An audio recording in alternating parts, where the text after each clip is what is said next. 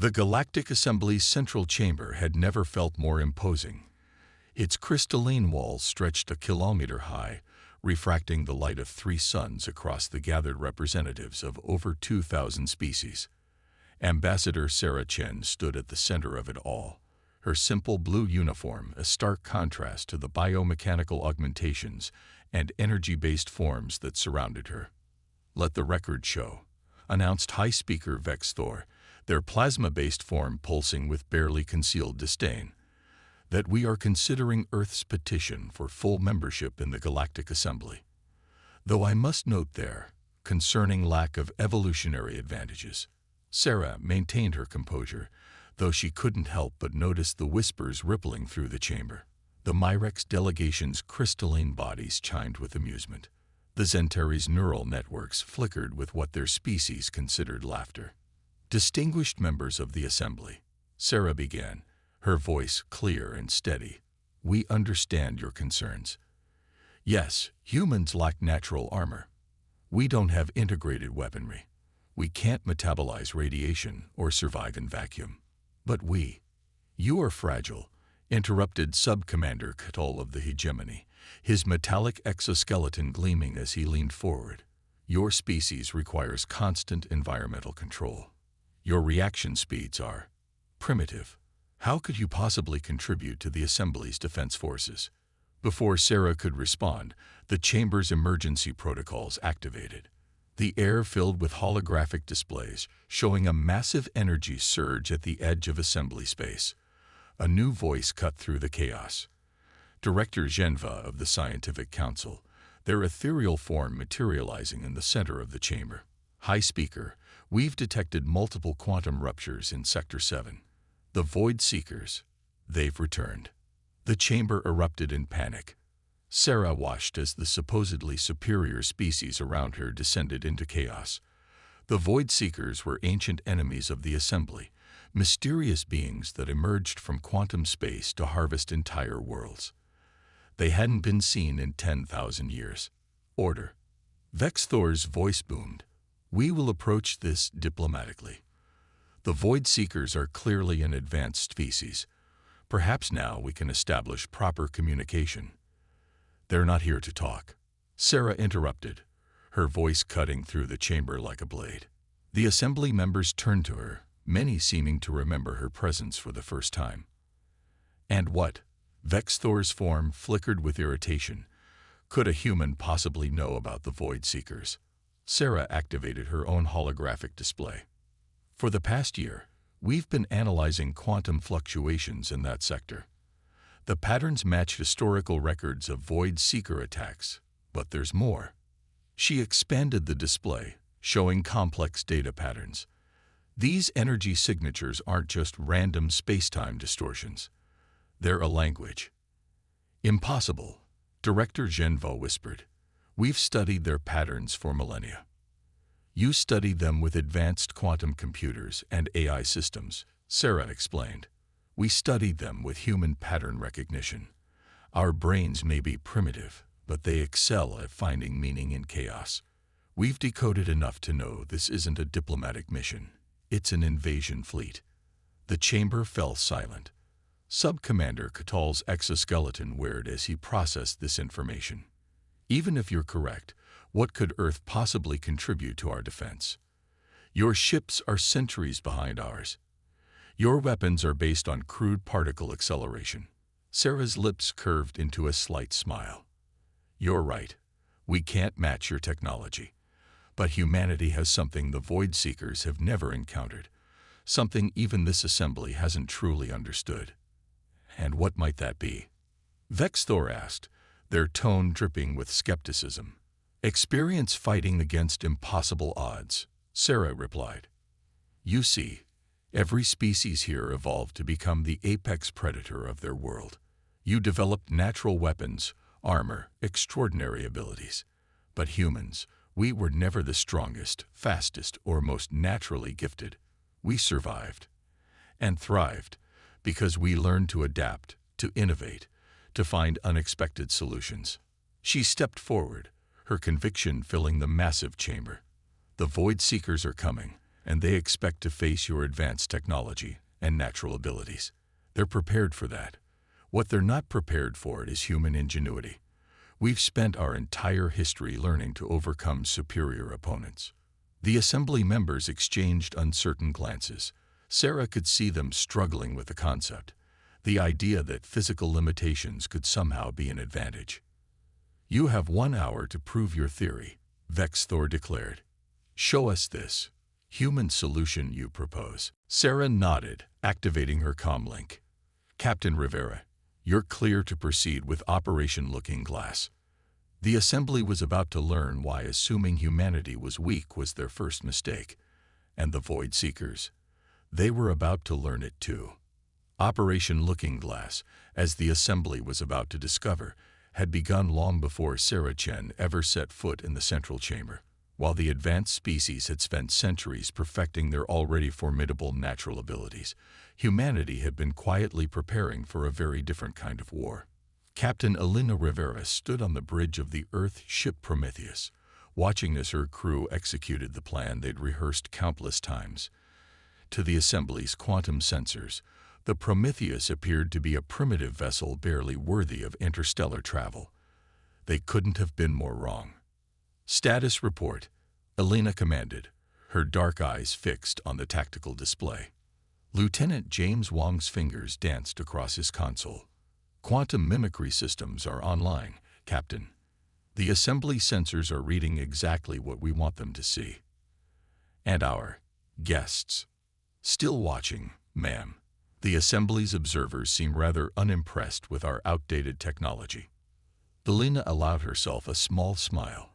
The 3 assembly observers, a Myrex crystalline entity, a Zentari neural cluster, and a hegemony warrior, stood at the back of the bridge, their dismissive attitudes evident even across species barriers. "Primitive propulsion systems," the hegemony warrior, Commander Ktar, noted with disdain. "Minimal shielding. How do you expect to?" The ship shuddered. On the main viewport, space itself seemed to tear open as the first Void Seeker vessels emerged from quantum space. They were massive, their surfaces shifting and flowing like liquid darkness. By the first light, the Myrex observer chimed in alarm. "We must retreat. Your vessel cannot possibly." "Execute Phase 1. Elena ordered, ignoring the panic behind her. The Prometheus suddenly went dark. Every system, every light, every engine, everything shut down. The assembly observers stared in horror at what they assumed was a catastrophic failure. "Your ship is dead," Commander Carr stated flatly. "You've doomed us all." Elena's smile widened. "No, Commander. We're just getting started. Lieutenant Wong, activate the quantum echo." The observers watched in confusion as nothing seemed to happen. But across the battlefield, the Void Seeker vessels suddenly stopped their advance. Their fluid surfaces rippled with what could only be described as confusion. What did you do?" The Zentari neural cluster pulsed with curiosity. "We've been studying how the Void Seekers perceive reality," Elena explained. "They don't see space-time the way we do. They navigate by quantum echoes, ripples in the fabric of reality. So we learned to speak their language." On the tactical display, the Prometheus had effectively disappeared from quantum space. But it wasn't just hiding. It was broadcasting quantum signals that made it seem like part of the background radiation of space itself. "Impossible," Commander Carr whispered. "Your species doesn't have the technology to manipulate quantum fields at this level." "No," Elena agreed. "We don't. At least, not the way you think we should. We couldn't match your quantum technology, so we found a different approach. We learned to fool it instead." The bridge came back to life, but differently now.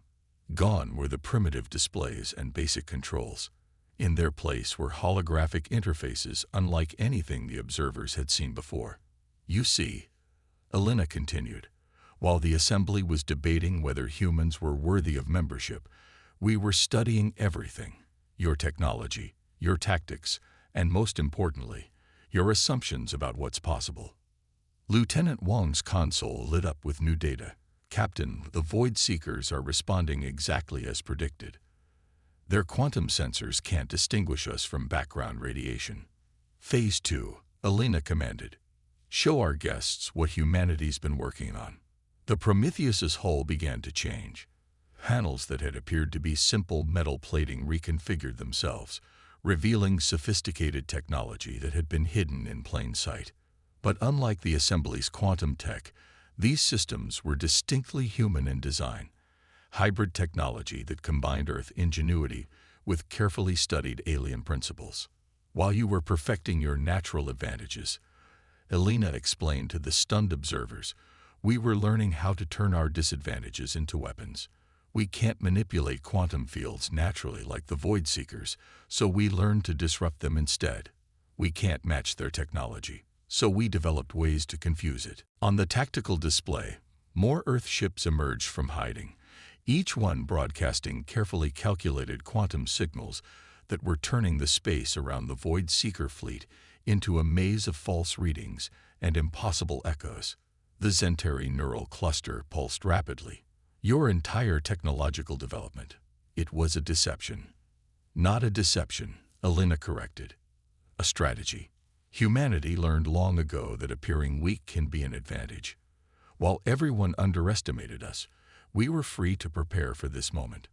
Commander Xar's exoskeleton whirred as he processed this revelation. The assembly, we judged you by our standards, by what we thought made a species strong. That was your second mistake, Alina said, watching as the Void Seeker fleet fell into disarray, their perfect formation breaking apart as they lost their quantum bearings. Your first was assuming that being physically weaker made us less dangerous. Now let's show them why that was a fatal error. As the Prometheus moved into attack position, the assembly observers finally began to understand what Ambassador Chen had meant. Humanity hadn't just prepared for this war. They had revolutionized how it would be fought. And the Void Seekers were about to learn that some of the deadliest predators in nature were the ones that looked harmless until it was too late. The Void Seekers attacked with the fury of a force that had never known defeat. Their quantum-shifted vessels phased through normal space like ghosts, leaving reality itself distorted in their wake. But humanity had been counting on their confidence. In the Assembly's Strategic Command Center, the gathered representatives watched in stunned silence as the battle unfolded. Ambassador Chen stood with high-speaker Vexthor, observing the tactical displays with calm focus. Fascinating. Director Zhenva materialized beside them. Your ships aren't just hiding from the Void Seekers, they're hurting them. Sarah nodded. Notice how each Earth vessel seems to be retreating in apparent panic. But look at the overall pattern. The Assembly's advanced tactical computers finally recognized what the humans had orchestrated. Each seemingly chaotic retreat was actually part of a larger formation, slowly but surely guiding the Void Seeker fleet into a specific configuration. Captain Rivera. Sarah activated her comm. Status report. Alina's voice came through clear and confident. Phase 3 is ready, Ambassador. The Void Seekers took our bait exactly as predicted. Their overconfidence makes them predictable. On the main display, the Void Seekers had arranged themselves into an attack formation that, to the Assembly's tactical experts, seemed perfect. Their superior numbers and advanced technology had apparently cornered the human fleet against a region of dense stellar matter. Your ships are trapped, Commander Xar announced from his station. The Void Seekers have forced them into a position where their quantum shifting abilities will be most effective. Sarah's lips curved into that same knowing smile. Have they? Lieutenant Wang. Activate the resonance field. What happened next defied the Assembly's understanding of physics. The dense stellar matter behind the Earth fleet suddenly came alive with energy. The humans had spent months seeding it with specially designed quantum resonators, devices that turned the natural background radiation of space into a weapon. Impossible. Director Zhenva's ethereal form flickered in agitation. You've weaponized dark matter itself. Not exactly, Sarah corrected. We just learned how to make it sing at exactly the right frequency. The Void Seekers navigate by quantum harmonics. We're simply changing the tune. The effect was immediate and devastating. The Void Seekers' liquid metal ships began to shudder and distort. Their quantum shifting abilities, once their greatest advantage, became a liability as the manipulated dark matter forced them to partially materialize in normal space. "Now, Captain," Sarah commanded, "show them what else we've been working on." The Earth fleet sprung its trap. What had appeared to be simple defense satellites deployed earlier revealed themselves as quantum disruption arrays. Each one activated in sequence, creating a cascading wave of interference that trapped the Void Seekers in normal space. "This is impossible." Commander Xar's exoskeleton whirred in agitation. "Your technology shouldn't be capable of this level of quantum manipulation." "You're right," came Alina's voice over the comm. "We can't manipulate quantum fields the way you or the Void Seekers can. But we don't need to. We just need to understand how they work and find their weaknesses." The battle shifted into its next phase. Earth ships, no longer pretending to be primitive, revealed their true capabilities. Their hulls transformed, deploying arrays of devices that the assembly's experts couldn't even categorize. They weren't superior technology. They were different technology, developed specifically to counter the Void Seekers' advantages. Your entire defensive strategy, High Speaker Vexthor's plasma form, pulsed with realization. It was based on letting them think they were winning. "Humans have a saying," Sarah explained, watching as the Void Seekers' perfect formation collapsed into chaos. "The greatest victory is the battle not fought." We knew we couldn't match their quantum technology, so we found a way to make it work against them. The Assembly's Strategic Command Center erupted with activity as new data poured in. The Void Seekers, for the first time in their known history, were retreating. But it wasn't an organized withdrawal. It was a panic, their once perfect coordination shattered by humanity's carefully planned countermeasures. "Ambassador," Alina's voice carried a note of warning. "We're detecting quantum surge readings from the larger vessels. They're attempting something we haven't seen before." Sarah's expression hardened. "They're adapting faster than we expected." "Captain, initiate Protocol Omega. It's time to show them why humans are especially dangerous when we're cornered." The Assembly representatives watched in anticipation as humanity prepared to reveal yet another layer of their carefully crafted strategy. The Void Seekers had thought they were facing a primitive species backed into a corner. Instead, they had walked into a trap millennia in the making, orchestrated by a species that had turned their greatest weakness, their need to overcome superior forces, into their greatest strength. And as the next phase of the battle began to unfold, even the most skeptical members of the Assembly began to understand. They hadn't been watching a desperate defense by a primitive species. They had been witnessing a masterclass in asymmetric warfare, taught by a species that had spent its entire history learning how to defeat supposedly superior opponents. Protocol Omega was about to teach everyone present a lesson about the true nature of strength, and why underestimating humanity was always a fatal mistake. Protocol Omega wasn't just another tactical maneuver. It was humanity's answer to a question the Assembly had never thought to ask. What happens when you force a quantum-based species to fight in ways they've never imagined? Multiple quantum surges detected, Lieutenant Wong reported from the Prometheus. The Void Seekers are attempting to reform their fleet structure, Captain. They're evolving their approach. Captain Rivera studied the tactical display with intensity. The Void Seekers had begun shifting their ships into new configurations, adapting to humanity's disruption tactics. Their liquid metal hulls flowed like mercury, forming intricate patterns that somehow stabilized them against the quantum interference. "They're learning," Sarah observed from the Assembly's command center. "Just as we expected they would." High Speaker Vexthor's plasma form pulsed with concern. "Your advantage is lost then. They will adapt to your disruption technology, and—" "With respect, High Speaker," Sarah interrupted, "you're still thinking like the Assembly. You assume this is about maintaining a single advantage. It's not. Protocol Omega was designed for exactly this moment. when the enemy thinks they've figured us out. On the tactical displays, the Earth fleet suddenly broke apart. What had been a coordinated formation dissolved into what appeared to be chaos. Individual ships began moving in seemingly random patterns, their actions making no tactical sense to the assembly observers. "They've lost cohesion," Commander Carr declared. "The human strategy has failed." Sarah's smile returned. "Watch closely. This is what humans do best." The apparently scattered Earth vessels began implementing protocols that seemed to contradict each other. Some ships intensified their quantum disruption fields, while others appeared to assist the Void Seekers' quantum harmonics. Certain vessels retreated while others advanced aggressively.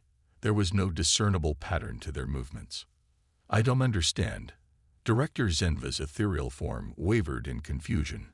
"What is the tactical purpose of such disorder?" "It's not disorder." Elena's voice came through the comm. "It's controlled chaos. Lieutenant Wong, activate the swarm intelligence protocols."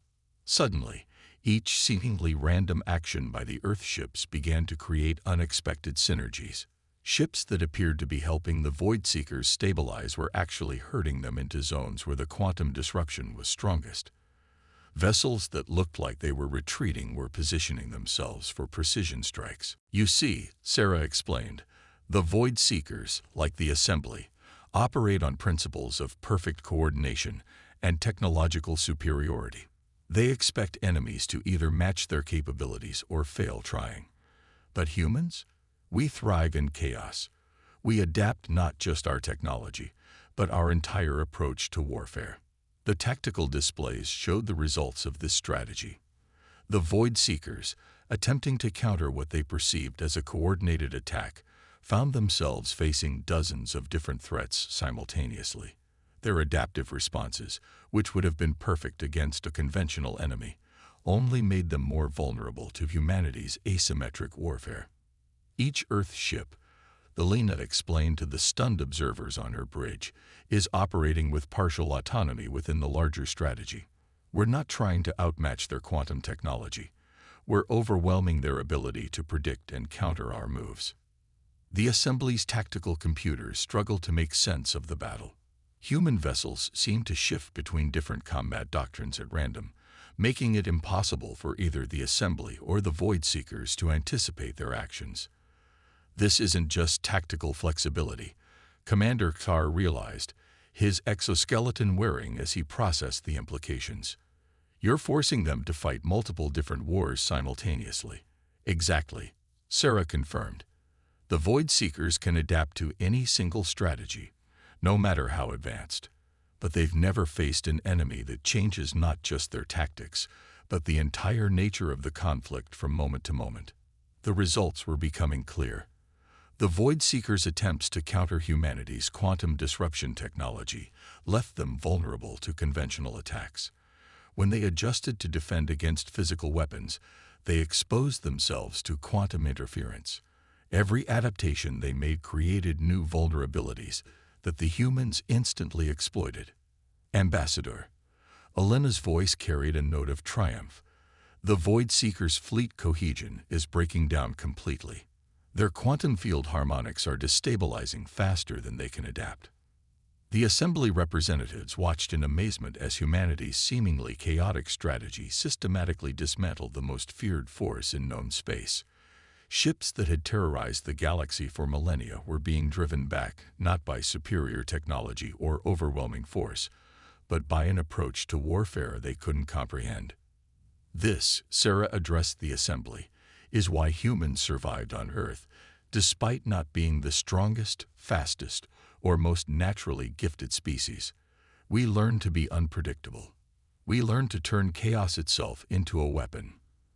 As the Void Seekers began a full retreat, their once invincible fleet in disarray, the Assembly finally understood what humanity had been trying to tell them all along. True strength wasn't about natural advantages or technological superiority. It was about adaptation, innovation, and the ability to turn apparent weaknesses into unexpected strengths. And as Protocol Omega continued to unfold, it became clear that humanity hadn't just developed a way to fight the Void Seekers. They had fundamentally changed how warfare itself would be conducted in the galaxy. The era of predictable technology-based superiority was over. The age of human innovation had begun. The assembly's central chamber had changed. Where once crystalline walls had reflected the light of 3 suns, now they bore the scars of recent battle. But the greatest change was in the attitudes of the gathered representatives as they convened for what would become a historic session. Ambassador Sarah Chen stood at the center once again, but this time there were no dismissive whispers, no amused chimes from crystalline bodies, no flickering neural networks expressing doubt. The chamber hung on her every word.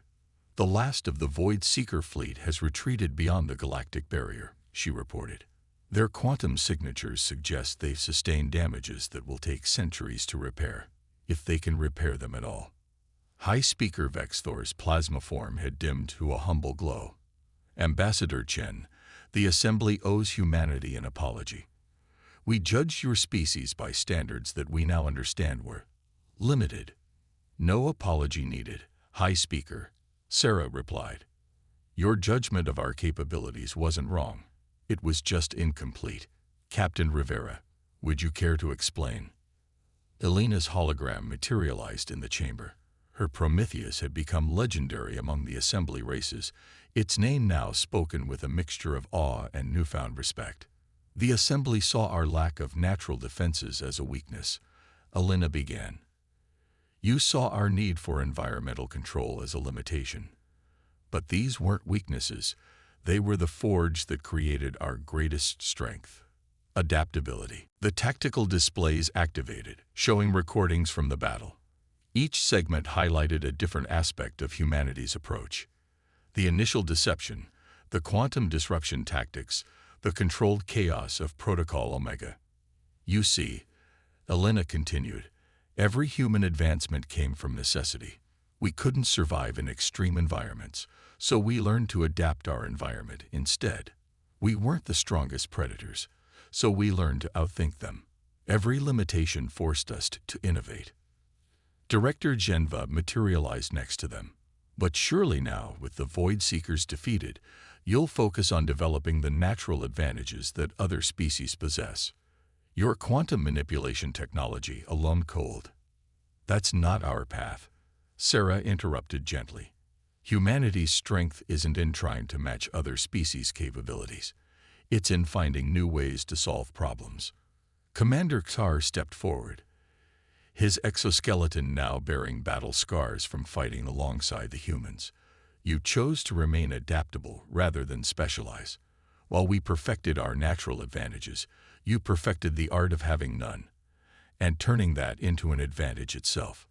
The chamber filled with holographic displays, showing new human innovations already being developed. Not attempts to copy alien technology, but hybrid approaches that combine multiple species principles in ways nobody had considered before. "The Void Seekers failed," Elena explained, "not because our technology was superior, but because they couldn't comprehend an enemy that refused to fight on their terms. They expected us to try to match their quantum mastery. Instead, we changed the rules of engagement entirely." Sarah nodded. "Humanity doesn't seek to be the strongest, fastest, or most advanced species in the Assembly. We seek to be the most versatile, the most innovative, the ones who can look at a problem from angles nobody else has considered." The Assembly representatives watched as more battle footage played, showing human ships using tactics that seemed to defy conventional military doctrine.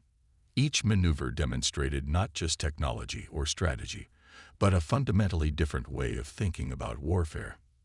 "Your victory," High Speaker Vexthor observed, "was achieved not by overwhelming force or superior technology, but by understanding something fundamental about strength itself." "Yes," Sarah agreed. "True strength isn't about being the best at any one thing. It's about being able to become what you need to be in any given moment. Humanity's greatest asset isn't our technology or our tactics. It's our ability to adapt, to innovate, to find unexpected solutions."